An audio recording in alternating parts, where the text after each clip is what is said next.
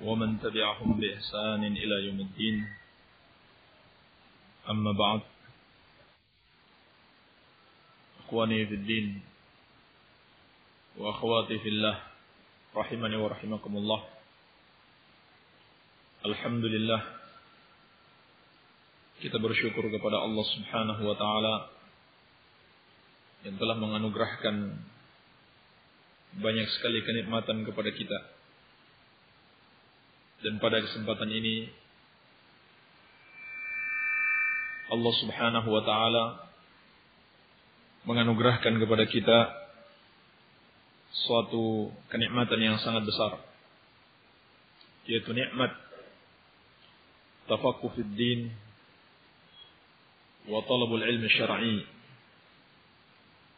berusaha untuk memahami agama kita yang mulia ini dan mempelajari ilmu syar'i. Betapa tidak Allah Subhanahu wa taala telah mengabarkan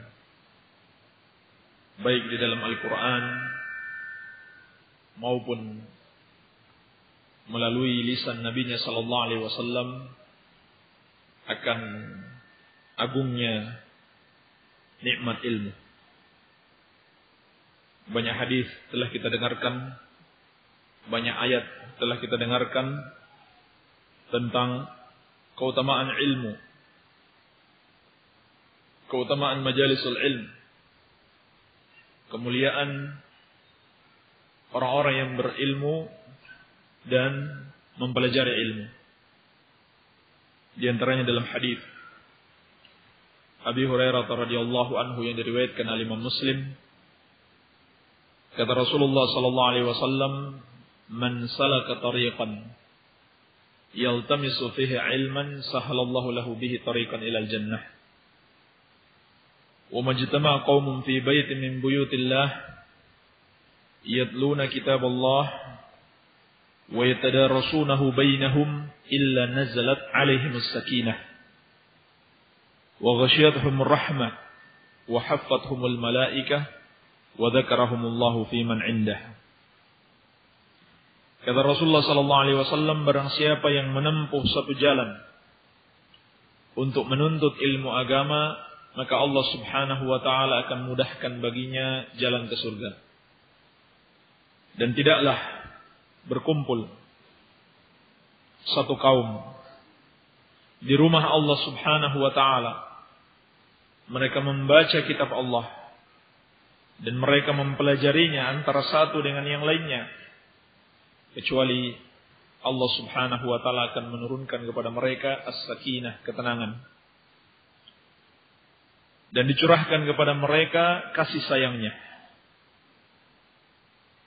dan mereka diliputi para malaikat, serta Allah Subhanahu wa taala menyebut mereka di depan para malaikat yang ada di sisinya. Maka ini menunjukkan kepada kita keutamaan yang sangat besar sekali. Demikian pula dalam hadis Abi Darda radhiyallahu anhu yang diriwayatkan At-Tirmidzi, "Man salaka tariqan yaltamisu fihi ilman sahalallahu lahu tariqan ilal jannah. Wa innal 'alima la yastaghfiru lahu man fis samawati wa man fil ard hatta al-hitan fil ma'. Wa fadlul 'alim 'ala al-'abid ka fadlil qamari 'ala sa'iril kawakib. Wa innal ulama warathatul anbiya. Innal anbiya lam yuwarrithu dinaran wala dirhaman, innama warrathu al-ilma. Faman akhadahu faqad akhadha bihadhin wadih." Kata Rasulullah sallallahu alaihi wasallam, barang siapa yang menempuh satu jalan untuk menuntut ilmu agama, maka Allah akan mudahkan baginya jalan ke surga. Ini potongan hadis sama dengan hadis Abi Hurairah radhiyallahu anhu sebelumnya. Hanya lanjutannya beda. Kata Rasulullah sallallahu alaihi wasallam, dan sesungguhnya seorang alim itu akan dimohonkan ampun untuknya penduduk langit dan penduduk bumi. sampai ikan-ikan yang ada di dalam lautan. Dan sesungguhnya seorang alim itu keutamaannya dibanding seorang ahli ibadah seperti keutamaannya bulan di atas semua bintang-bintang. Dan sesungguhnya para ulama adalah pewaris para nabi. Dan para nabi tidaklah mewariskan dinar dan dirham, mereka hanyalah mewariskan ilmu. Barang siapa yang mengambilnya, maka dia telah mengambil bagian yang sangat besar sekali. Maka hadis-hadis ini menunjukkan kepada kita betapa agungnya nikmat ilmu, sehingga ketika Allah Subhanahu wa taala menganugerahkannya kepada diri seseorang, berarti dia telah mendapatkan suatu kenikmatan yang sangat besar sekali. Maka hendaklah memuji Allah Subhanahu wa taala. Siapa yang dalam dirinya dianugerahkan kecintaan kepada ilmu, kerinduan untuk selalu duduk di majelis ilmu, pemuliaan dan penghormatan kepada para ulama dan kepada para penuntut ilmu. Ini nikmat yang sangat besar yang akan memudahkan dia untuk meraih ilmu. Adapun yang belum dianugerahkan nikmat tersebut, maka hendaklah dia memohon kepada Allah Subhanahu wa taala. Dan siapa saja diperintahkan untuk senantiasa memohon ilmu. Bahkan Rasulullah sallallahu alaihi wasallam pun diperintahkan, wa qul rabbi zidni ilman. Dan dikatakanlah, wahai Rabbku, tambahkanlah kepadaku ilmu. Dikatakan oleh Al-Hafiz, tidak ada satupun perintah kepada Rasulullah sallallahu alaihi wasallam untuk minta tambahannya kecuali ilmu. Kecuali ilmu. Maka kita bersyukur kepada Allah Subhanahu wa taala, dan semoga dengan kesyukuran tersebut Allah Subhanahu wa taala menambahkan nikmat ini bagi kita. Sebab Allah telah berjanji, la in syakartum la azidannakum wa la in kafartum inna adzabi lasyadid. Kalau kamu bersyukur, maka sungguh benar-benar akan aku tambah.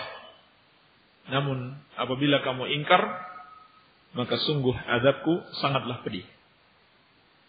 Dan telah kita maklumi bersama, ilmu yang paling mulia, ilmu yang paling wajib untuk dituntut, ilmu yang paling penting sekali adalah ilmu tauhid, alladzi la yastaqimu ad-din illa bihi, yaitu ilmu yang di mana agama seseorang tidak mungkin lurus kecuali dengannya. Sehingga siapapun wajib untuk mempelajari tauhid tanpa terkecuali. Ya. Karena memang ada ilmu yang dikategorikan fardu ain, ada yang dikategorikan fardu kifayah. Mungkin ilmu yang fardu kifayah seperti ilmu tentang waris. Tidak semua orang diwajibkan mempelajarinya secara mendetail. Atau ilmu tentang jual beli, tidak semua orang wajib mempelajarinya kecuali orang yang ingin melakukan transaksi jual beli tersebut, wajib baginya untuk membekal. Atau ilmu-ilmu yang sifatnya sangat mendalam, hanya diwajibkan kepada para ulama, tidak seluruhnya. Tapi ilmu tauhid adalah kewajiban bagi seluruh umat. Kewajiban bagi seluruh umat. Dan ulama melarang seorang untuk taklid, melakukan taklid di dalam permasalahan tauhid. Dan dikatakan at-taklid la yanfa' fil aqaid. At-taklid la yanfa' fil aqaid. Taklid itu tidak bermanfaat di dalam akidah seseorang. Di dalam akidah seseorang. Jadi harus benar-benar akidah seseorang, keyakinan keimanan dia dibangun di atas dasar ilmu yang sahih, di atas dasar Al-Quran wa Sunnah, ala fahmi salafil ummah. Dan ilmu ini dikatakan ilmu yang paling mulia karena dia berkaitan dengan zat yang paling mulia, dengan Rabbul Alamin, dengan yang memiliki hak tertinggi, yaitu Allah Subhanahu wa ta'ala. Maka syaraful ilm bi syarafil ma'lum. Syaraful ilm bi syarafil ma'lum. Kemuliaan ilmu ini karena kemuliaan Allah Subhanahu wa ta'ala yang dituntut untuk diilmui. Bersamaan dengan itu, ketika seorang menuntut ilmu tauhid dan dia telah mempelajarinya dengan baik, maka itu saja sudah merupakan ibadah. Itu saja sudah merupakan ibadah kepada Allah Subhanahu wa ta'ala. Ilmu agama. Belum lagi kita amalkan. Kita duduk di majelis ilmu itu sudah merupakan ibadah. Dan ketika dia meyakini akidah yang benar, akidah yang sahihah, tauhid yang lurus, maka inilah ibadah tertinggi. Sehingga kalau ditanya kenapa kita mempelajari akidah, kenapa kita mempelajari tauhid, bukankah dia hanya sebuah keyakinan yang mungkin kata sebagian orang tidak akan menyelamatkan saudara-saudara kita dari penindasan. Hanya berupa teori-teori. Tetapi sesungguhnya ketika seorang meyakini tauhid yang benar, dia adalah sebesar-besarnya bentuk pendekatan diri kepada Allah Subhanahu wa ta'ala. Dan justru itulah yang akan mempengaruhi amalan-amalan zahirnya. Justru itulah yang akan mempengaruhi amalan-amalan zahirnya. Baik dan buruknya amalan zahirnya tergantung baik dan buruknya akidah yang ada dalam hatinya. Tauhid yang ada dalam dirinya. Itu sangat bergantung sekali. Oleh karena itu amalan kaum musyrikin tidak diterima oleh Allah Subhanahu wa ta'ala. Bahkan seorang yang tadinya beriman, kemudian dia menyekutukan Allah, rusak akidahnya, rusak imannya, tauhidnya menjadi ternodai, maka terhapus seluruh amalan-amalan yang pernah dia kerjakan. Sebagaimana Allah Subhanahu wa ta'ala menegaskan, وَلَقَدْ أُوحِيَ إِلَيْكَ وَإِلَى الَّذِينَ مِنْ قَبْلِكَ لَئِنْ أَشْرَكْتَ la yahbatanna 'amaluka wa la takunanna minal khasirin. Dan sungguh telah diwahyukan kepadamu dan kepada para nabi sebelummu, kalau kamu menyekutukan Allah, maka terhapuslah amalan-amalan yang pernah kamu kerjakan. Ini dikatakan kepada para nabi dan rasul alaihi wassalatu wassalam. Setiap mereka telah Allah wahyukan, kalau kamu menyekutukan Allah, terhapuslah amalan yang kamu kerjakan dan kamu termasuk orang-orang yang merugi. Berarti apa?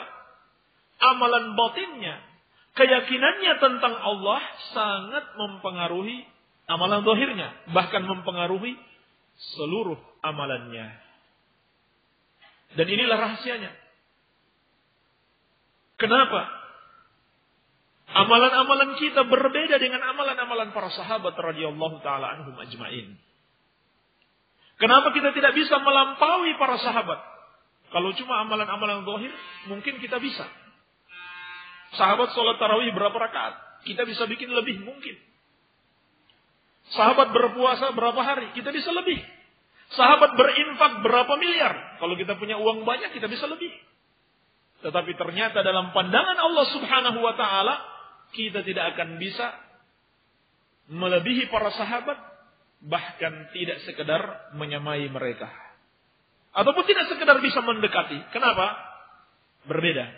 Berbeda amalan batin kita dengan amalan para sahabat radhiyallahu taala anhum ajma'in. Sehingga Rasulullah sallallahu alaihi wasallam bersabda, "La tasubbu ashabi.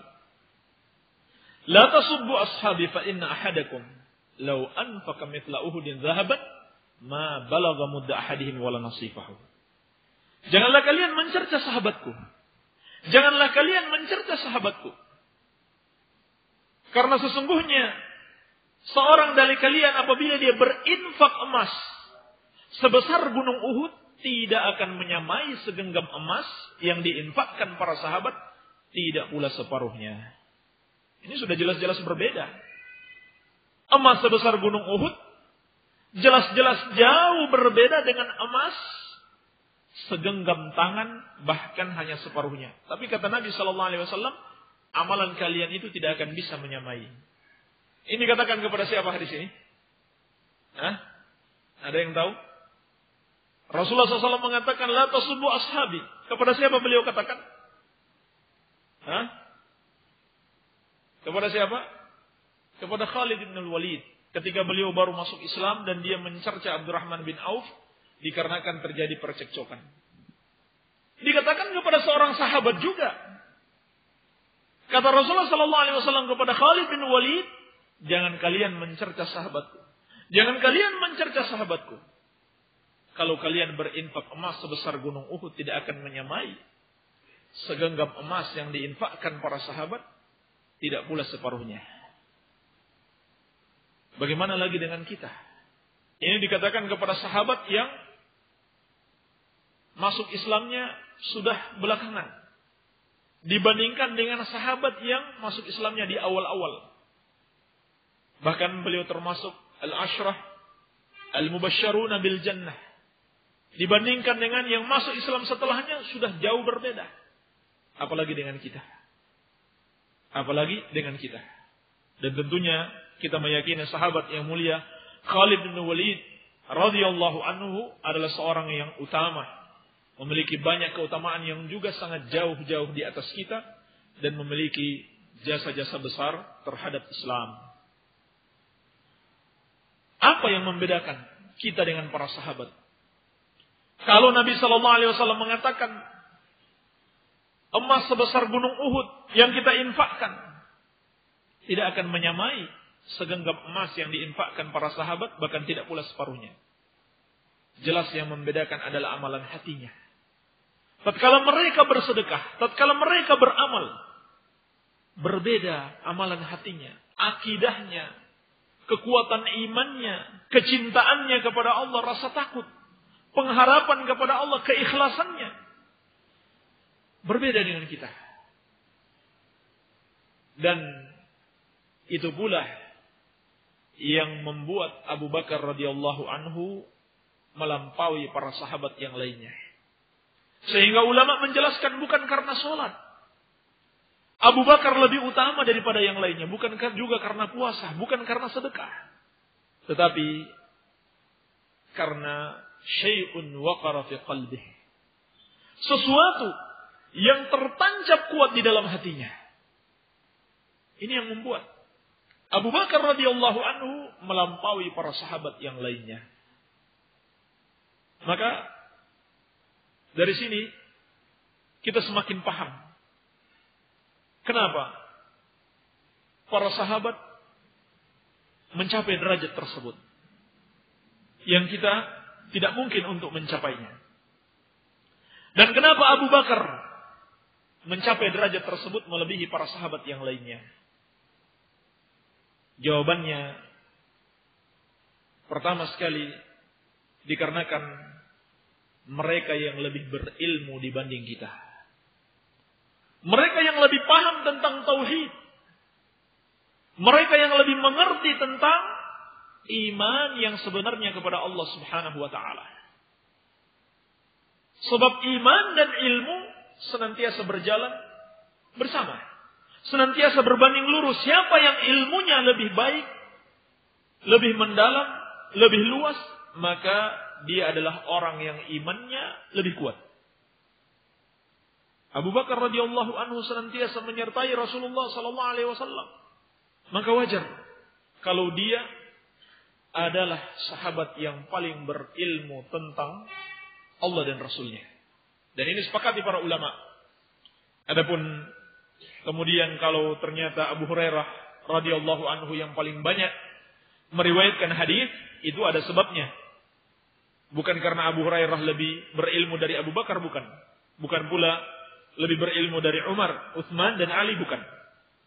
Ulama seluruhnya sepakat bahwa umat terbaik atau orang terbaik dari sisi ilmu, iman dan amalannya setelah Rasulullah SAW adalah Abu Bakar.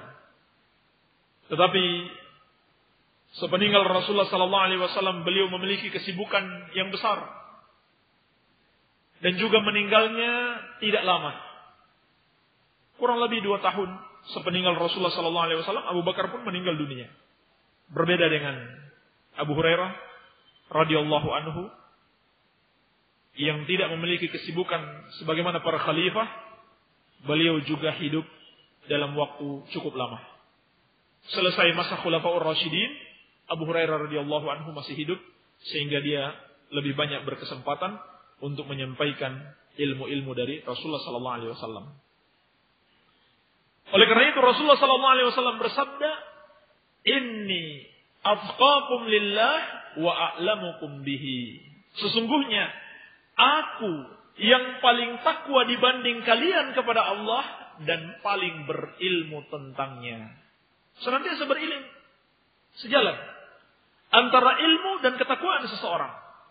Rasulullah SAW adalah orang yang paling bertakwa dikarenakan beliau adalah orang yang paling berilmu tentang Allah Subhanahu wa taala. Ini pentingnya ilmu tauhid akan mempengaruhi ibadah seseorang. Sehingga bisa jadi seseorang atau 2 orang melakukan sholat berdekatan. Kita lihat Masya Allah, sholatnya sama. Tetapi mungkin perbedaannya dalam pandangan Allah Subhanahu wa ta'ala adalah antara langit dan bumi. Antara langit dan bumi. Karena bisa jadi akidah mereka berbeda. Oleh karena itu Rasulullah SAW mengatakan tentang Khawarij, yamrukuna minad din murukas sahmi minar ramiyah. Mereka keluar dari agama sebagaimana anak panah menembus buruannya. Padahal Rasulullah SAW pernah mengatakan, tahkiruna salatakum ila salatihim wa siyamakum ila siyamihim. Kalian menganggap remeh salat kalian apabila kalian bandingkan dengan salat mereka. Kalian anggap remeh puasa kalian apabila kalian bandingkan dengan puasa mereka. Apa rahasianya? Kok bisa sampai seperti itu padahal mereka ahli ibadah? Padahal mereka ahli ibadah. Ini Khawarij terkenal sebagai ahli-ahli ibadah. Para penghafal Al-Quran. Para penghafal Al-Quran itu Khawarij. Sampai-sampai dikatakan saking hafalnya mereka terhadap Al-Quran, pembicaraan mereka sehari-hari menggunakan ayat-ayat Al-Quran. Luar biasa. Tetapi bersamaan dengan itu, mereka tersesat. Dan juga dikatakan Rasulullah SAW, kilabun nar, syarru qatla tahta adimis sama. Mereka adalah anjing-anjing neraka. Dan seburuk-buruknya bangkai yang terbunuh di bawah kolong langit ini. Maka, akidah seseorang, keyakinannya terutama tentang tauhid, akan sangat mempengaruhi amalan-amalan zahirnya.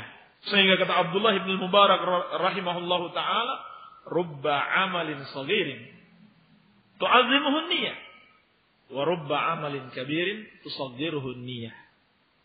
Bisa jadi amalan yang sedikit, amalan yang kecil menjadi besar karena niat, karena amalan hati. Dan sebaliknya amalan yang besar menjadi kecil bahkan menjadi tidak bernilai karena niatnya, karena amalan hatinya. Berarti amalan hati seseorang sangat mempengaruhi amalan zahirnya. Iya. Maka kita belajar tauhid. Kita belajar akidah yang benar untuk apa? Untuk mendekatkan diri kepada Allah Subhanahu wa taala. Walaupun mungkin amalannya tidak terlihat. Seperti sholat, puasa, zakat. Tetapi hakikatnya sholat kita, puasa kita, zakat kita adalah buah dari keimanan tersebut. Adalah buah dari tauhid. Dan sangat menentukan baik dan buruknya ibadah-ibadah tersebut. Maka insyaallah taala salah satu usaha kita untuk memahami tauhid dengan benar adalah dengan mempelajari buku-buku para ulama Ahlus Sunnati wal Jamaah.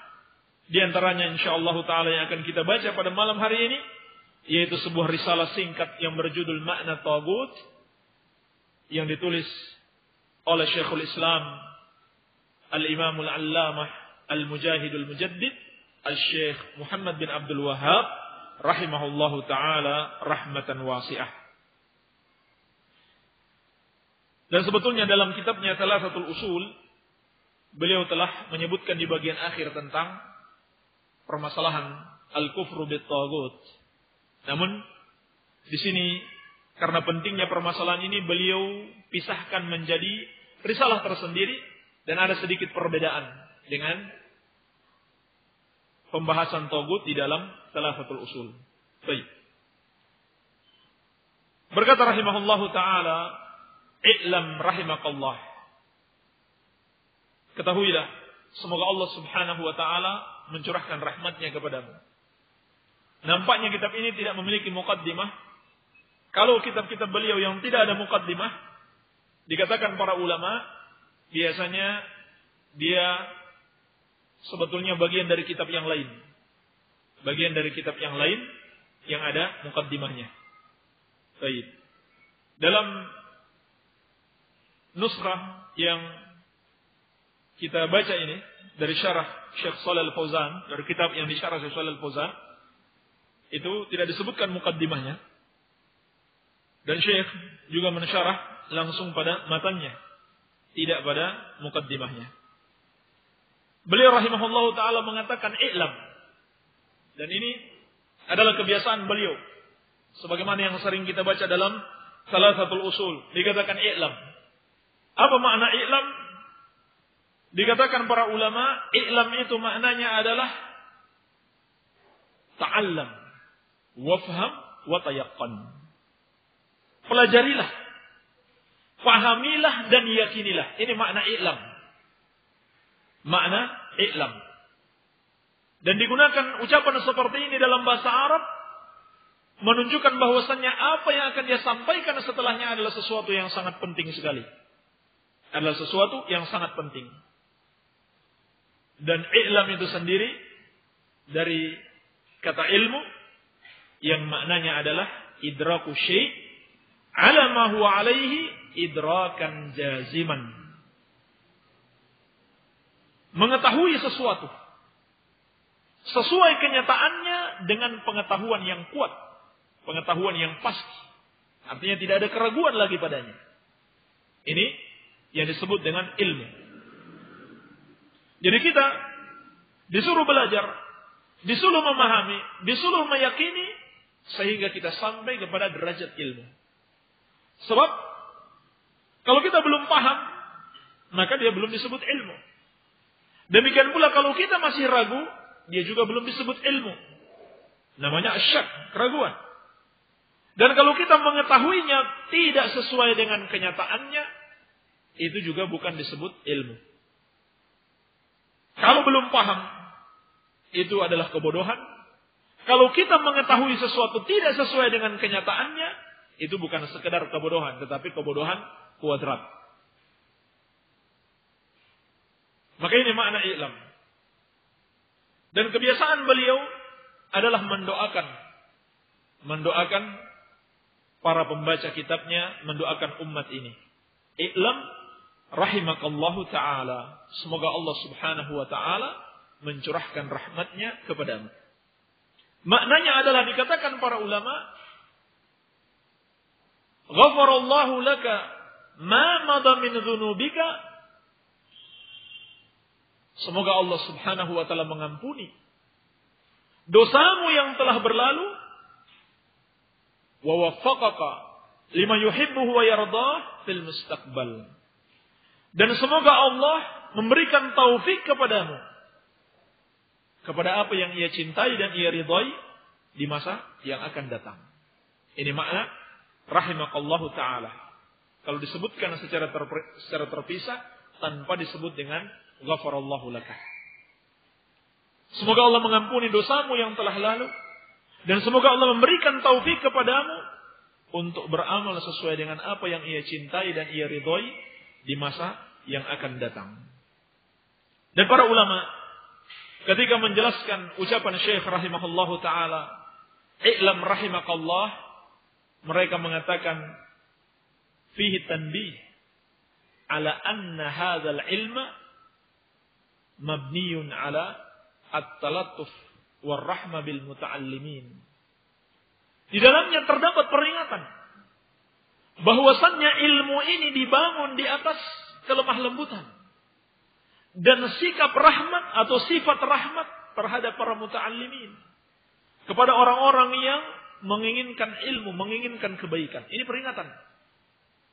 Dan ini adalah peringatan yang telah Allah Subhanahu wa taala peringatkan kepada nabinya sallallahu alaihi wasallam. Fa bima rahmatin minallahi lintalahum walau kunta faddan ghalidhal qalbi lam faddu min hawlik. Maka hanya dengan rahmat dari Allah Subhanahu wa taala engkau wahai Muhammad bisa berlaku lemah lembut kepada mereka. Andaikan engkau berlaku kasar lagi keras hati, niscaya mereka akan lari dari sekelilingmu. Masya Allah, ini adalah peringatan kepada Rasulullah SAW. Hendaklah beliau berlaku lemah lembut, yang itu didasarkan dari sifat rahmat Allah Subhanahu wa taala. Kalau tidak, niscaya umat ini akan lari meninggalkan beliau. Padahal kurang apa Rasulullah SAW dalam berdakwah? Ilmu dibimbing langsung oleh Allah Subhanahu wa taala. Kalau salah langsung ditegur. Demikian pula beliau memiliki mukjizat dan beliau memiliki kefasihan di dalam berbicara. Beliau adalah orang yang paling fasih dalam bahasa Arab. Dan bahkan beliau diberikan jawami'ul kalim, kata-kata yang singkat namun bermakna luas. Sekali dengar orang paham. Dan beliau terbiasa mengulang-ulang ucapannya yang belum dipahami. Dan sahabat bertanya tentang ucapannya yang belum dipahami, beliau jelaskan. Bersamaan dengan itu kata Allah Subhanahu wa taala, kalau engkau berlaku kasar lagi keras hati, niscaya mereka akan lari meninggalkan kamu. Apalagi kita tentunya. Ilmu sudah minim sekali. Kalau nggak punya kitab nggak bisa ceramah. Ilmu kita ini ada di kitab. Ilmu salaf fis sudur, wa ilmu khalaf fis sutur. Ilmu salaf dalam hati mereka. Kalau ilmu kita dalam kitab mereka. Kalau kitab ini antum ambil, anak nggak bisa ceramah lagi. Ilmu minim. Kefasihan berbicara juga kurang. Kalah sama dai-dai kondang. Ya. Dai-dai $1 juta. Kalah jauh. Iya. Bersamaan dengan itu, kalau kita iringi dengan sikap keras dan kasar, maka apa jadinya? Apa jadinya? Oleh karena itu ulama kita menjelaskan, al-asal fi dakwah ar-rahmah. Asal di dalam dakwah itu rahmat. Betul. Terkadang diperlukan sikap keras. Tetapi pada tempatnya. Namun asalnya bukan keras itu, tetapi rahmat. Lemah lembut. Kasih sayang. Sebagaimana firman Allah Subhanahu wa taala, "Ud'u ila sabili rabbika bil hikmah wal mau'izatil hasanah wajadilhum billati hiya ahsan." 3 tingkatan. Allah jelaskan. Pertama dengan hikmah, ajaklah kepada jalan Rabbmu dengan hikmah. Kemudian naik sedikit, agak keras sedikit. Al mau'izatul hasanah, yaitu at-targhib wa tarhib. Kemudian lebih keras sedikit lagi. Wajadilhum billati hiya ahsan, debatlah mereka dengan cara yang terbaik. Kemudian tingkatan yang keempat, wala tujadilu ahlal kitabi illa billati hiya ahsan illa alladzina zalamu minhum. Janganlah kalian mendebat ahlul kitab kecuali dengan cara yang terbaik, kecuali kepada orang-orang yang zalim di antara mereka. Berarti untuk orang-orang zalim ini diberikan kepada mereka melebihi 3 ini. Apa untuk mereka? Wa qul lahum fi anfusihim qawlan baligha. Dan ucapkanlah untuk mereka ucapan yang membekas, yang terasa di dalam hati mereka. Namun asalnya al-hikmah, war-rahmah, wat-talattuf bil muta'allimin.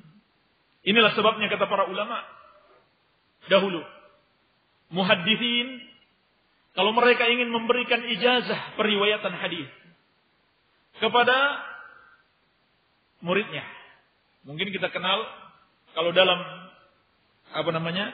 tasnif, penyusunan kitab kebanyakan dimulai dengan innamal a'malu binniyat. Tetapi kalau memberikan ijazah periwayatan hadis, ulama tidak mulai dengan itu. Tetapi dimulai dengan hadis Ibnu Umar radhiyallahu taala anhuma yang diriwayatkan Abu Daud dan yang lainnya, disahihkan Syekh Al-Albani, Rasulullah sallallahu alaihi wasallam bersabda, "Ar-rahimun yarhamuhumur rahman. Irhamu man fil ardi yarhamkum man fis sama." Orang-orang yang penyayang akan disayangi oleh Allah yang Maha Penyayang. Sayangilah yang di bumi, niscaya yang di langit akan menyayangi kalian. Sayangilah yang di bumi, niscaya yang di langit akan menyayangi kalian. Mungkin orang heran, kok dimulai dengan hadis tersebut. Sehingga hadis ini dikenal dengan hadis apa? Istilahnya al-musalsal bil awwaliyah. Hadis bersambung pada periwayatan yang pertama. Karena setiap muhadits dia akan mengatakan, ini adalah hadis yang pertama aku dengar dari guruku. Guruku berkata ini adalah hadis yang pertama yang aku dengar dari guruku. Guruku berkata ini adalah hadis yang pertama aku dengar dari guruku. Sampai pada Ibnu Umar radhiyallahu taala anhuma, Rasulullah sallallahu alaihi wasallam bersabda, "Ar-rahimun yarhamuhumur rahman, irhamu man fil ardi yarhamkum man fis sama." Ini peringatan bahwa ilmu ini dibangun di atas rahmat, dengan sifat rahmat, dan juga hasilnya akan meraih rahmat Allah subhanahu wa ta'ala di dunia, dan tujuannya untuk meraih rahmat Allah subhanahu wa ta'ala di akhirat kelak. Sebagaimana hadis yang kita sampaikan di awal tadi, siapa yang duduk di majelis ilmu, kata Rasulullah sallallahu alaihi wasallam, wa ghasyiyatuhumur rahmah, Allah subhanahu wa ta'ala curahkan kepada mereka kasih sayangnya. Jadi ini tujuan ilmu. Kita memahami ilmu untuk apa? Untuk meraih kasih sayang Allah subhanahu wa ta'ala di dunia ini. Dan sebelum seorang itu menuntut ilmu, dia duduk di majelis ilmu, dia sudah akan dicurahkan kepadanya kasih sayang Allah subhanahu wa ta'ala, apalagi kalau dia mengamalkan ilmunya.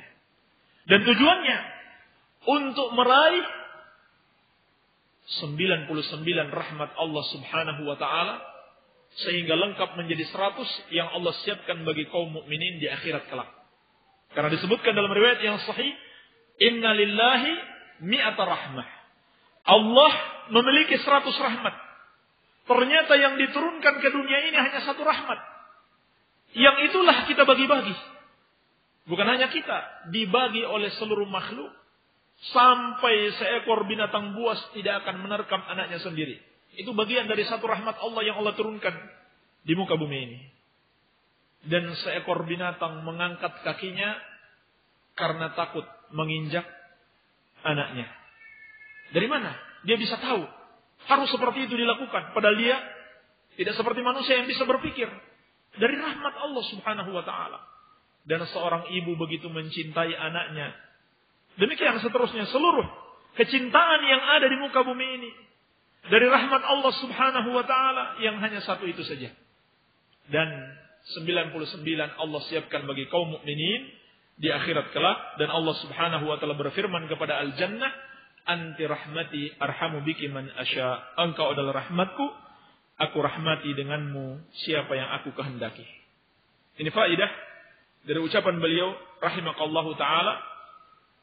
Maka ada faidah yang lain perlu ditekankan. Hendaklah memulai dakwah itu dengan kelembutan. Untuk apa? Agar diterima, agar semakin mudah diterima oleh orang yang kita sampaikan dakwah tersebut. Ini faidah dari ucapan beliau, i'lam rahimakallahu ta'ala. Qala anna awwala ma faradallahu 'ala ibni Adam al-kufra bit-taghut wal iman billahi azza wa jalla. Ketahuilah, semoga Allah merahmatimu, bahwasannya yang pertama Allah subhanahu wa ta'ala wajibkan kepada anak Adam adalah mengingkari tagut atau kufur kepada tagut dan beriman kepada Allah subhanahu wa ta'ala yang satu saja. Inilah kewajiban pertama yang Allah Subhanahu wa taala wajibkan atas seorang hamba. Sebab inilah misi penciptaan manusia. Misi penciptaan manusia. Atau hikmah penciptaan manusia, wa ma khalaqtul jinna wal insa illa liya'budun.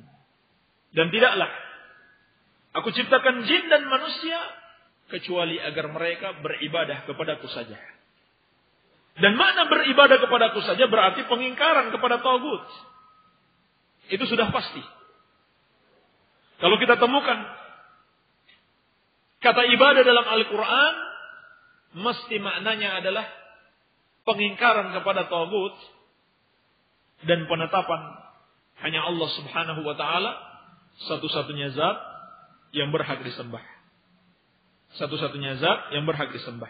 Habis waktu, Pak. Baik. Naktafi bihadzal qadar. Subhanakallahumma bihamdika asyhadu an la ilaha illa anta astaghfiruka wa atubu ilaik. Sallallahu ala nabiyina Muhammadin wa alihi wasallam. Walhamdulillahirabbil alamin.